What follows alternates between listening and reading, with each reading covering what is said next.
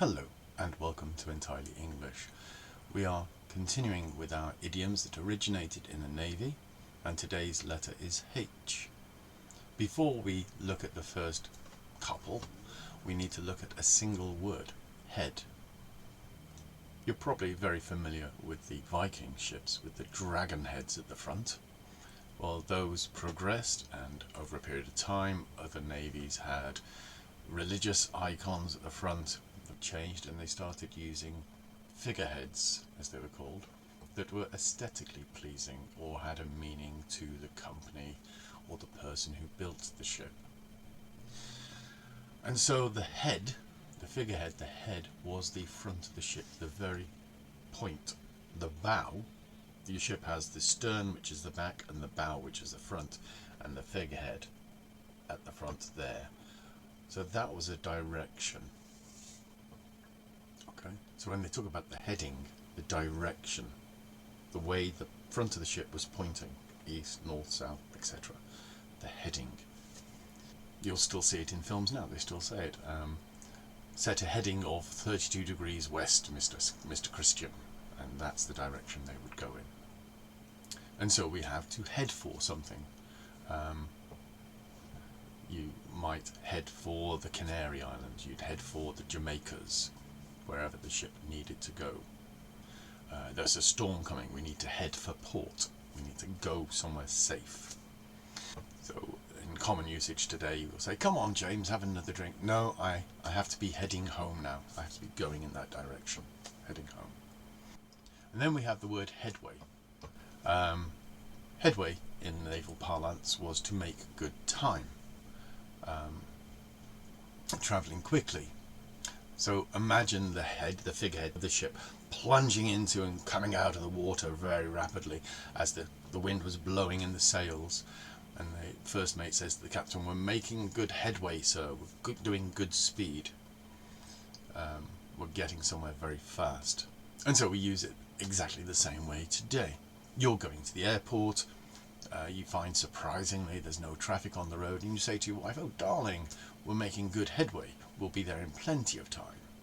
And then we have head on. Now this isn't just a naval idiom. To crash or head on collision, to crash head on is two things coming together. We often see this with bulls when they're fighting, the two male cows, the bulls, they will crash head on as a way of fighting. But it was certainly used in the Navy. Imagine if you're in a battle and you decide to crash head on into another ship.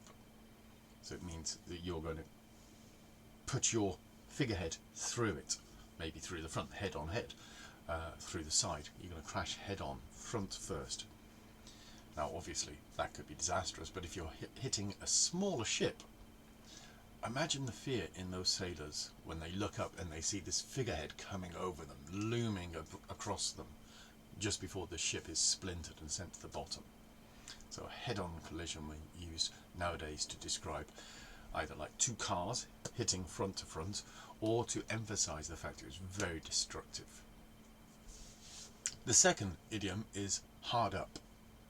Originally, in the days of sailship, this was hard upwind. So the captain would say to the first mate, hard upwind, Mr. Christian. And it meant turning the ship so the head was pointing away from the oncoming wind, or in the same direction as the wind. So the wind would hit the sails with a lot of force, hard, and push the ship with a lot of propulsion. So when you wanted to go hard up, you were normally trying to get out of a bad situation, like a storm was coming. So you'd use the full force of the wind to push your ship.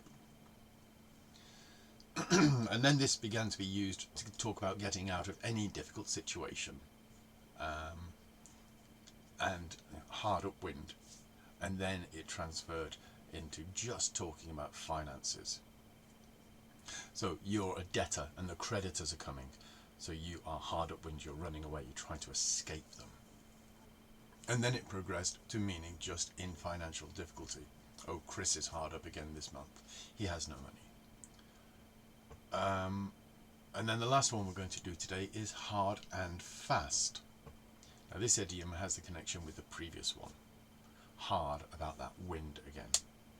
So when you want to catch that wind, you have to set the sails hard and fast. Hard as in taking the full force of the wind, and fast that the ropes are tied securely. Fast meaning secure.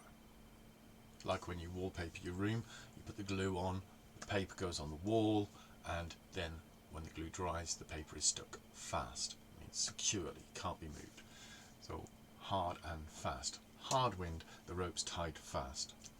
And we use this nowadays to mean slightly different. We just mean that somebody won't change their opinions. If we say he's a hard and fast Democrat, he always votes Democrats, he always supports the Democrats. He is a hard and fast vegetarian. There's no way you can persuade him to eat meat. And I'm going to leave you with one idiom. Maybe you can put your definition of it in the comments below, and also add your own idioms. Maybe you're from a different country, you use a different language, but you can translate some of your idioms which begin with the letter H in English, and pop them in the comments below. Alright, so keep your head above water, and I'll see you again soon. Bye bye.